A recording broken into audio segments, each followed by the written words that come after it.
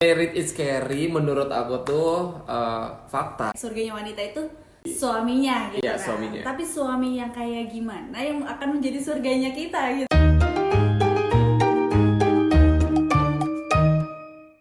Hai keluarga baru, perkenalkan ini channel kita Mamim Papip. Aku Mamim, Aku Pabib. kita bahas putar rumah tangga dari POV keluarga baru. Oke, topik yang pertama, Pip. Pernah nggak dengar marriage is scary? Fakta atau nggak menurut kamu? Pernah lah, nggak mungkin nggak pernah. Married is scary itu kayaknya jadi penyakit Gen Z kayaknya sekarang ya. Untung Iya aja aku lagi. udah Udah ngelewatin. nggak main sama mereka lah. Married is scary menurut aku tuh fakta benar adanya. Fakta nih. Benar adanya. Karena yang aku anggap benar adanya adalah rasa takutnya. Banyak orang yang merasakan rasa takut itu sebenarnya. Jadi kalau dibilang rasa takut kan kayaknya nggak mesti marriage doang ya. Semua juga pasti ada rasa takut. Ada. Jadi menurut aku itu fakta. Ada perasaan takut itu pasti ada. Gitu. Kalau menurut kamu? Menurut aku bisa iya, bisa enggak, Pip. Bisa iya, bisa enggak? Oke. Tergantung persiapannya. Tergantung sama siapanya juga. Oh iya betul. Karena itu kayaknya sama siapa seperti persiapan juga ya. Kan ada Iya. nih kalau dalam Islam itu surganya wanita itu suaminya gitu Iya, kan. suaminya. Tapi suami yang kayak gimana yang akan menjadi surganya kita gitu kan. Itu Ya. jadi persiapannya para wanita juga. Aku juga bisa memilih gitu mau surga yang seperti apa. Akhirnya aku memilih pasangan yang mungkin gak banyak aturan gitu. Ya. Jadi kan lebih mudah ya kita dapat surganya. Gak banyak aturan di awal. Kalau Tapi pas nikah banyak banget aturan. Kalau makin bandel baru banyak aturan. Oh iya sih. Jangan bandel berarti. Jangan bandel berarti. Oke. Aduh, Nah, menarik sih. menurut aku gitu sih. Karena kalau misalnya bilang marriage scary, enggak juga. Buktinya Allah aja sangat menganjurkan kita sebagai manusia untuk menikah Untuk gitu. menikah. Berarti kan banyak hal baik yang ada di dalam pernikahan yang nggak kita tahu gitu. Betul. Contohnya misalnya katanya pernikahan adalah ibadah seumur hidup. Ya betul. Itu kan berarti maknanya aja udah beribadah gitu, berarti baik untuk kita. Terus dalam pernikahan juga menghindari kita dari zina. Terus lagi kita bisa dapat keturunan biologis dari adanya pernikahan gitu. Jadi menurut aku pasti baik gitu tujuannya. Iya pasti. Pernikahan. Waduh, menarik banget pembahasan hari ini, masya Allah banget ya. Ya Allah. Kalau aku ya, karena tadi kamu juga bilang pernikahan itu kan ibadah, ibadah yang seumur hidup gitu ya. Dan tujuannya pasti baik. Nah ini juga sebenarnya kembali ke kita punya mindset sih. Iya. Nah mindset ini tuh terbentuk karena pergaulan. Ya. Sama lingkungan juga termasuk gitu, sama apa yang kita baca, apa yang kita nonton gitu. Semakin kita banyak nonton film-film seperti Ipar Adalah Maut, maka akan semakin ngerasain, wah kalau udah nikah tuh takut ya. Padahal Atau ipar-ipar selingkuh, kita yang ganteng dan cantik tuh nggak salah apa-apa gitu, ya kan ibarat. Jadi kita udah takut duluan. Ya sama seperti halnya aku nonton film horor kan. Kan lama-lama jadi takut. Iya kan? Padahal Berarti nggak ada tergantung- apa-apa. Tergantung referensi yang kita lihat. Iya gitu. Jadi mindset itu kebentuk karena apa yang kita dengar, apa yang kita lihat, apa yang kita lakukan gitu, apa yang kita juga ajak diskusi siapa orangnya dan lain-lain gitu. Jadi kalau di otak aku nggak pernah terbesit menikah itu adalah sebuah menakutkan ya. Aku lihatnya perempuan sendiri tuh punya rasa sangat senang untuk berkarir gitu. Oke. Dan benar. takut banget kalau misalnya setelah nikah tuh nggak bisa kerja lagi, nggak bisa ngumpul lagi sama teman, terus takut juga tidak berdaya seperti Yang sebelumnya ya? Ya. harus bergantung gitu sama suami. Iya. Itu sih pasti ketakutannya. Tapi itu wajar sebenarnya, makanya kenapa pernikahan itu harus banget sekufu kan. Kalau di Islam tuh carilah pasangan yang sekufu gitu, jadi biar nggak terlalu jomplang gitu loh. Maksudnya kalau emang ternyata misalnya kayak aku suka banget bisnis, ya coba cari perempuan yang juga bisa diajak ngobrol tuh nyambung gitu, pinter gitu. Jadi pada saat kita komunikasi segala macam tuh nyambung. Sama kayak tadi perempuan udah punya pengalaman kerja segala macem. Nah cari pasangan yang sekufu, bukan berarti kerjanya sama, tapi secara sudut pandangnya mengerti, terus juga open minded dan segala macem gitu-gitu sih. Itu penting menurut aku ya, menurut aku. Jadi ketakutan menikah itu sebenarnya kita sendiri yang memutuskan Padahal belum gitu. tentu ya, Belum tentu gitu. Padahal indah-indah aja. Makanya rasa takut itu kan karena kita salah milih orang, ya kan? Karena nggak tahu ilmunya juga, ya kan? Karena berekspektasinya cukup tinggi. Oke, Gitu. ekspektasi nih, seru banget nih. Gimana sih kamu menanggapi ekspektasi kita sebelum menikah? Kalau misalnya ekspektasi itu nggak sesuai realitanya gitu. Oke. Pasti kita punya ekspektasi ya sebelum nikah. Perempuan punya ekspektasi, pihak laki-laki juga pasti punya ekspektasi. Nah kalau aku sendiri nih ya, ekspektasi sebelum menikah dari sudut pandang perempuan nih. Perempuan nih ya. Iya, boleh. Oke, perempuan nih kalau misalnya menikah, pasti harapannya itu suaminya udah bisa bertanggung jawab lahir batin, sudah bisa Apa lagi? Ternyata udah bisa itu doang. cukup bisa membimbing, Iya. terus juga bisa memenuhi sandang pangan papannya.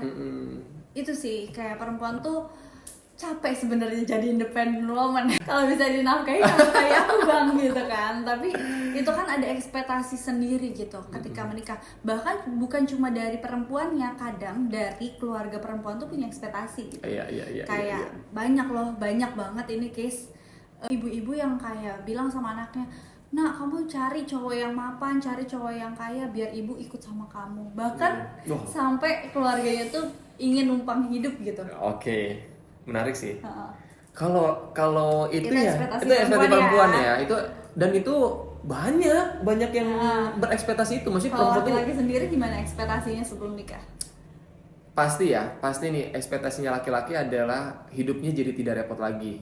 Contoh ekspektasinya dia berangkat kerja udah disiapin bajunya, udah disiapin sarapannya, pulang kerja itu disambut dengan baik, terus juga makanan udah ada, ya kan, hal-hal yang bikin dia suka itu juga udah ada, nggak dilarang-larang pada saat dia lagi nonton main games tuh harapannya kayak gitu kan. Jadi Disupport. ya disupport gitu, kerja nggak dicurigain segala macam. Tapi kan itu ekspektasi kan. Ekspektasi. Realitanya kan nggak gitu kan. Jarang yang bisa seperti itu. Makanya itulah pentingnya kita jangan terlalu tinggi terhadap ekspektasi. Itu kalau aku sendiri.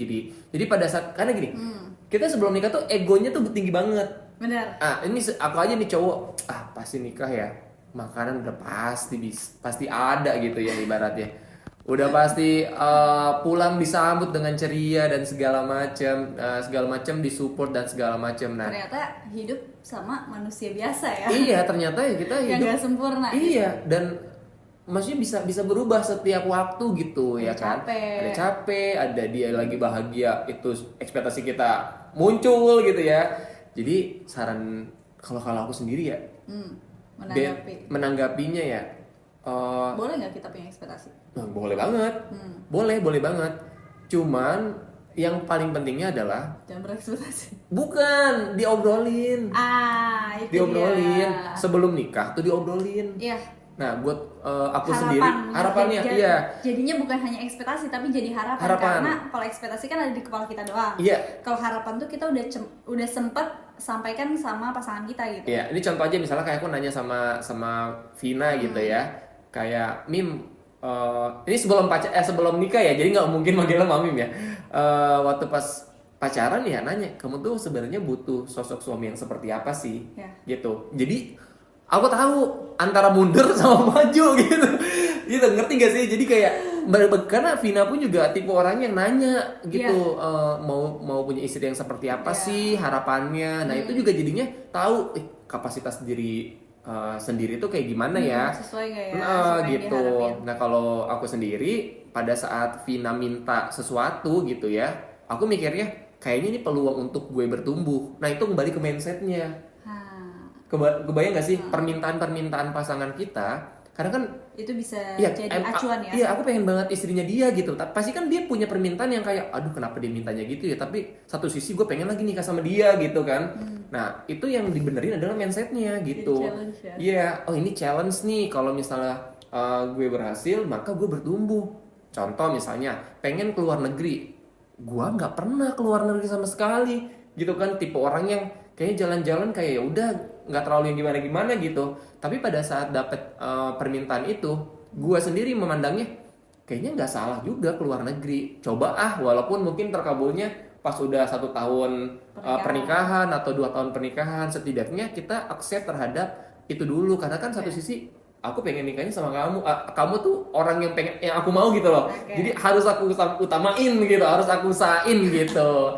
Itu tergantung pola pikir kita sih, mindsetnya. Iya, benar. Sama sih, kadang kita maunya ekspektasi kita terpenuhi, tapi kita nggak tahu kalau pasangan kita juga punya ekspektasi. Iya. Dan harus betul. dipenuhi juga gitu. Dan harus dipenuhi juga. Jadi kalau aku sendiri ya udah sampai di titik kayak kalau yang terjadi hari ini begini, maka itu adalah takdir yang terbaik untuk aku. Itu udah aku setnya tuh seperti itu, karena nggak ada kejadian yang tidak ditakdirkan tuh, tidak ada kayak gitu. Jadi bener-bener hari ini misalnya kejadiannya Vina bete misalnya gitu, Mami bete gitu ya. Ya udah emang takdirnya hari ini tuh kamu bete gitu. Tinggal gimana sikapnya kita untuk nyikapin. Ya udah habis ini apakah ngajak main segala macem gitu, move on dari penderitaan itu gitu. Jadi dari tadi pembahasan kita mengenai marriage is scary, jawabannya tergantung mindset. Iya, dan tergantung persiapan ya. Iya, kalau aku sendiri nggak ada sih, marriage is scary itu nggak ada. Karena kitanya banyak enaknya. Enaknya apa nih biar nggak takut ya kan? Pertama, tidur sendiri saya nggak suka. Ya, sekarang ada temennya. Terus simpel aja, tidur sama orang yang kita sukain itu bahagia gitu. Ya kan, itu udah enak lah, pastilah. Dari sekian kan kita udah 3 tahun ya, nggak mungkin 3 tahun lebih banyak menderitanya gitu, pasti lebih banyak bahagianya, kan tergantung kita juga. Itu terus juga dimasakin enak gitu. Terus tapi fun fact-nya ya, Vina bukan tipe yang jago masak dari awal. Betul. Iya kan? Tapi alhamdulillahnya karena mau nyoba dan segala macam ya enak gitu. Bukan peres jawab enak doang ya. Emang beneran enak. Padahal lagi diinjek nih kakinya. Enggak. Lebih ke pisau sih. Ini ada pisau di bawah. Terus apa lagi ya? Enak ya aku. Ini. Aku ngerasa kepribadian aku secara pribadi itu bertumbuh. Yang tadinya mungkin makanan aku gado-gado aja, pecel lele segala macam, sekarang tuh udah bisa ngerasain makanan-makanan yang enak. Ya kalau bukan dari Vina yang ngajak gitu ya, Mamim yang ngajak tuh siapa? Iya gitu. Ya agak pusing-pusing, tapi pada saat udah nyobain makanan enak itu beres gitu. Maksudnya kayak enak juga ya, udah gitu. Kayak gitu-gitu sih. Banyak banget. Bahagianya dia seputar tidur dan makan. Emang laki-laki itu simpel banget ya pola pikirnya. Banyak banget gitu. Banyak lah. Kalau perempuan nih ya kan. Kalau kamu ding, gak usah perempuan, kamu aja. Kamu bahagianya gimana gitu? Kalau aku bahagia banget sih, karena aku pengen banget hidup mandiri, dan aku alhamdulillah dapat suami yang support itu. Kita nggak hidup sama mertua atau sama orang tua dari awal kita menikah.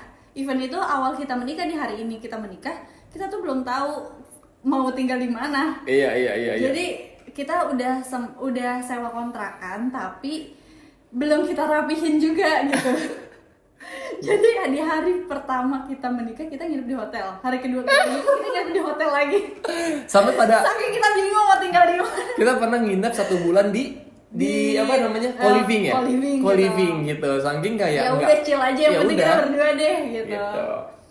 Itu sih aku senang karena aku mendapatkan suami yang aku mau, yang nggak mau tinggal sama orang tua gitu. Karena aku juga pribadi yang pengen keluar gitu, pengen nyobain hal baru, pengen ngerasain hidup sendiri, dan aku dapetin suami yang mensupport itu gitu. Iya, dan itu semuanya kita yang memutuskan. Karena itu sumbernya pada saat kita itu kenalan, belum pada saat kita nikah. Jadi pada saat kita melalui proses pacaran ya gitu. Jadi kita pacaran 5 tahun lebih. Iya, 5 tahun gitu ya. Itu tuh banyak sekali diskusi-diskusi yang aku sendiri itu kayak apa itu pertanyaan itu gitu, nggak pernah ada gitu. Tiba-tiba pertanyaan-pertanyaan yang penting itu ditanyain sama Mamim gitu ya waktu pada saat pacaran, dan itu bagus banget sehingga Jadinya Mamim tahu, oh ternyata kalau gue nikahnya sama sama dia, ya sama gue gitu, maka ya tadi salah satunya nggak mau tinggal sama orang tua, dia udah tahu dari awal gitu. Terus ya pokoknya banyak hal lah ibaratnya kayak gitu. Nah itu penting sih ya ngobrol-ngobrol gitu. Nah makanya mungkin karena nggak berani nanya ya kali ya. Kebanyakan orang nggak berani nanya hal-hal yang ada jodohnya kali. Ya kalau belum ada jodohnya sih ya emang dasarnya kan iya. Gitu. Iya sih, bener juga. Itu aja lah pokoknya. Itu aja lah. Dadah, sampai ketemu lagi di channel berikutnya. Video berikutnya. Video berikutnya. Nanti kita akan bahas-bahas lagi lah. Pokoknya topik case-case yang itu umum, terus kita punya POV sendiri, nanti kita bahas. Itu aja ya. Thank you. See you in my next video.